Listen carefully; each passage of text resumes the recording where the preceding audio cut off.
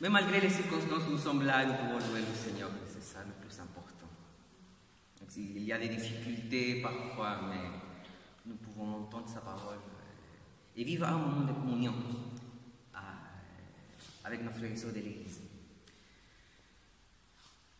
Je vous invite à me suivre dans la lecture biblique. D'abord, de l'Évangile de Luc, le chapitre 23, juste un verset, le verset 1. L'Évangile de Luc 23, 1 dit: toute l'assemblée se leva et l'emmena devant Pilate. À Jésus. Toute l'assemblée se leva et l'emmena devant Pilate. Et après, Romains 5, le verset 8 à 11. Romains chapitre 5, verset 8 à 11. La parole dit: mais voici comment Dieu nous montre l'amour qu'il a pour nous. Alors que nous étions encore des pécheurs, Christ est mort pour nous. Donc, puisque nous sommes maintenant déclarés justes grâce à son sacrifice, nous serons, à plus forte raison encore, sauvés par lui de la colère à venir. Alors que nous étions ses ennemis, Dieu nous a réconciliés avec lui par la mort de son Fils. À plus forte raison, maintenant que nous sommes réconciliés, serons-nous sauvés par sa vie. Mieux encore, nous plaçons désormais notre fierté en Dieu par notre Seigneur Jésus-Christ, qui nous a obtenu la réconciliation. Amen. Alors, aujourd'hui, le message est basé sur ce texte de Romains, en relation à la phrase du credo. Il a souffert sous Ponce Pilate, a été crucifié, il est mort, il a été enseveli, il a descendu aux enfers. Ce sont plusieurs phrases. J'ai vu le credo et je pense que c'est presque la 5e partie de tout le credo. Je ne sais pas comment on va faire après, Julien, pour pouvoir prêcher le reste, pour trouver des phrases après. Mais l'idée est de pouvoir réfléchir à partir de ce texte sur deux choses. D'abord, que la mort de Jésus est un fait historique. Et la deuxième chose, quel est le sens de sa mort? Pourquoi il est mort? Le credo dit qu'il a souffert sous Ponce Pilate. Pour ça, j'ai lu l'évangile de Luc quand il dit toute l'assemblée se leva et l'emmena devant Pilate. On va dans le credo que le contenu, en général, tous les credos, le contenu est très doctrinal, très théologique.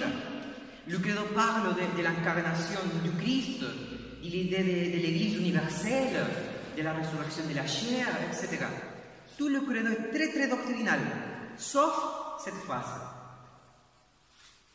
Mais alors, quel est le sens de cette phrase ici? Pourquoi elle a dans le credo? Je pense que cette phrase a été mise dans le credo pour montrer l'historicité de la mort de Jésus.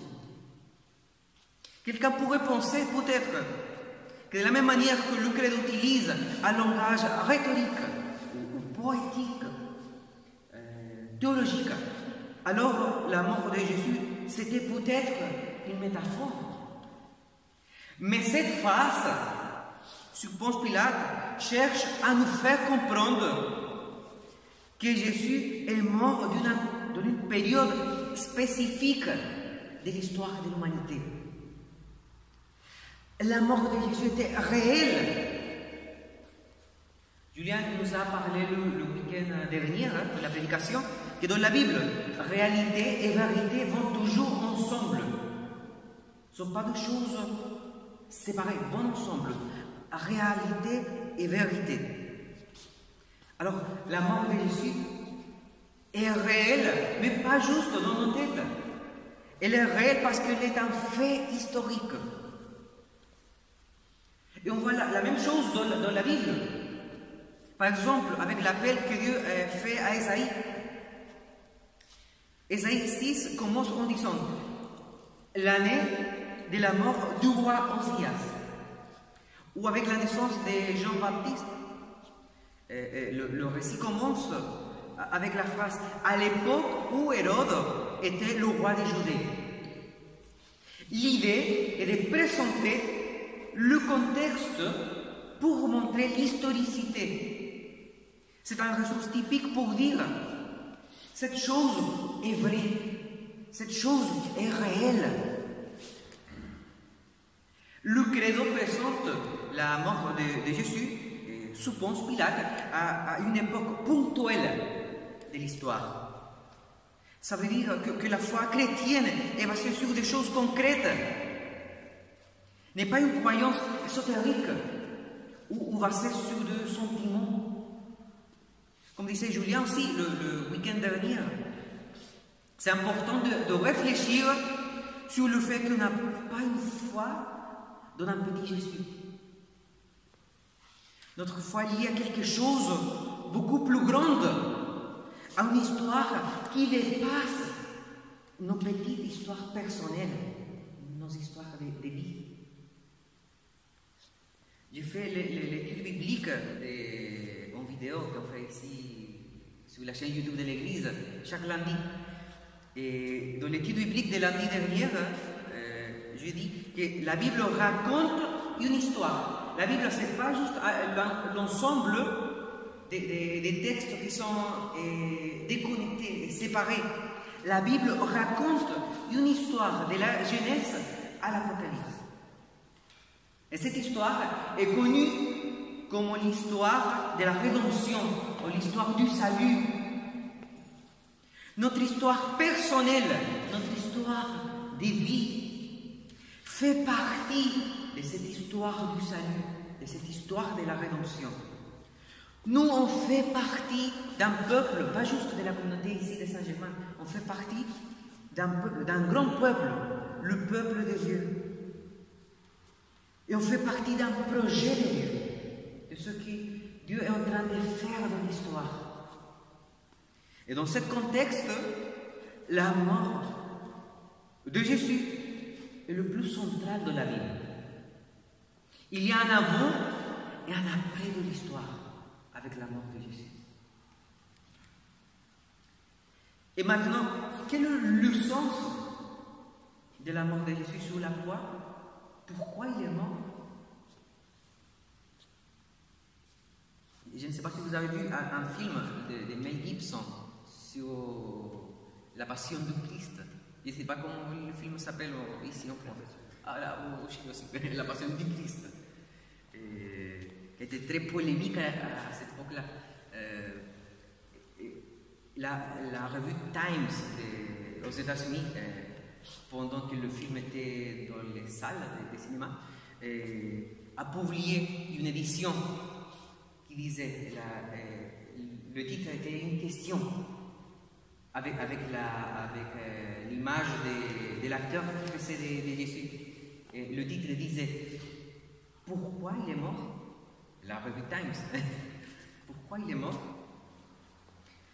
Romains 5, j'ai lu, dit que Jésus nous déclare juste grâce à son sacrifice, le sacrifice du Christ. Mais comment? Et la Bible est très claire. En tant que pécheurs, nous, pécheurs, nous avons mérité la condamnation. Nous avons mérité la condamnation. Mais Jésus a payé à notre place. Quelqu'un pourrait penser, mais pourquoi Jésus a payé? Dieu avait besoin de condamner quelqu'un? Dieu aurait pu nous pardonner sans punir quelqu'un. Mais si on pense comme ça, Dieu n'est pas juste.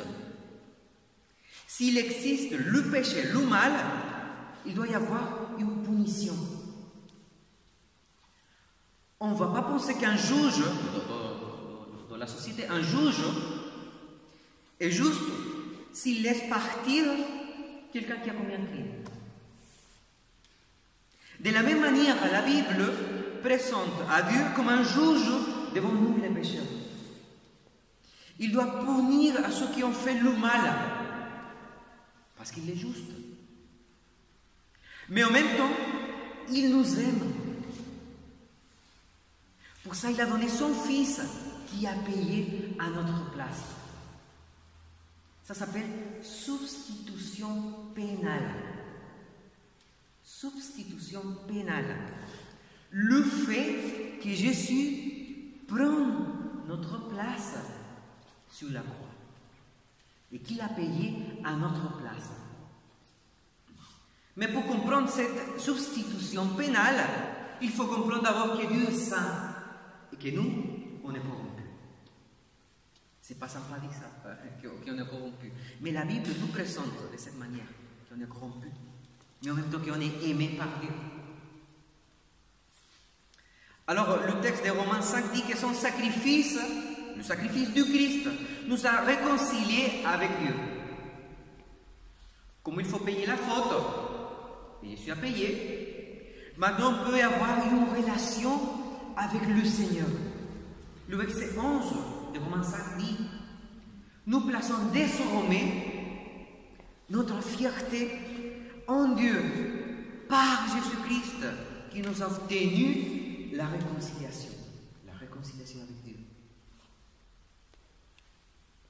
Alors, chaque jour, nous devons être conscients qu'on a une relation avec Dieu par Christ.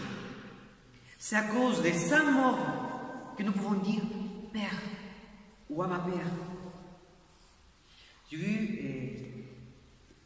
il y a quelques années une vidéo d'un prédicateur qui disait une chose très très percutante. Il ne faut pas oublier dans notre relation avec Dieu qu'il y a toujours un médiateur, Jésus. Jésus n'a pas juste une place centrale dans notre conversion, mais aussi chaque jour dans notre vie. Il est notre médiateur dans notre connexion avec le Père, toujours dans notre connexion avec le Père. Et c'est facile à oublier parce qu'on prie Dieu, on chante des louanges, on vient à l'église. Mais à quel point on pense toujours sur le fait que Jésus est le lien dans cette relation d'intimité qu'on a avec Dieu? Je ne crois pas qu'on pense toujours dans cette vérité. Alors maintenant, quelle est la conséquence de savoir que Jésus a pris notre place sur la croix? Quelle est la conséquence concrète dans notre vie? Je pense que la chose la plus importante maintenant, c'est de comprendre qu'on a une relation avec Dieu, mais pas à cause de nos mérites, mais à cause des mérites de Jésus. On est réconcilié avec Dieu parce que Jésus a payé le prix. Il a reçu le châtiment à cause de nos péchés. Maintenant, on peut vivre de la confiance que Dieu nous aime malgré nos fautes, malgré nos péchés. Et son amour n'est pas basé sur les choses qu'on fait ou on ne fait pas. Et c'est ça une bonne nouvelle. C'est ça une bonne nouvelle. Ce n'est pas une bonne nouvelle de dire oui, il faut aimer Dieu, mais il faut être une personne correcte. Ce n'est pas une bonne nouvelle. La bonne nouvelle est l'amour inconditionnel par nous. Et personne correcte, c'est la conséquence de l'amour de Dieu. Parfois, on vit avec des sentiments lourds dans la vie. Je ne pense pas qu'il existe quelqu'un qui peut dire « j'ai une vie parfaite, j'ai aucun problème. Tout ça passe très bien dans ma vie. » Personne. Parfois, on vit avec des sentiments lourds, avec des fardeaux émotionnels.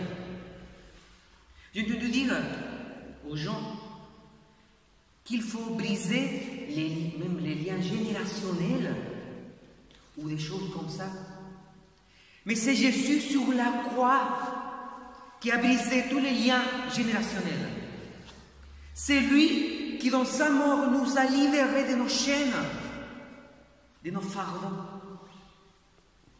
Mais maintenant, c'est à nous de prendre conscience de cette libération. De vivre comme quelqu'un qui était vraiment libéré, déjà libéré de la croix. Imaginez-vous quelqu'un qui a sorti de la prison, mais qui reste toujours avec l'idée, avec le sentiment qui est prisonnier. Alors c'est la même chose parfois avec nous. Et dans ce sens, je vous invite à vivre cette libération de Jésus, qui a déjà été faite sur la croix. Vous êtes déjà libre. Et vous êtes libre parce qu'un jour, Jésus a donné sa vie pour vous, pour moi. Il ne faut pas faire quelque chose pour être libéré. On est déjà libre en Christ. Que le Saint-Esprit puisse agir d'une manière qui nous fasse comprendre la transcendance de la mort du Christ et la conséquence profonde en nous. Que Dieu vous bénisse, que Dieu vous donne la paix et la joie d'être aimé inconditionnellement par lui. Amen. Prions.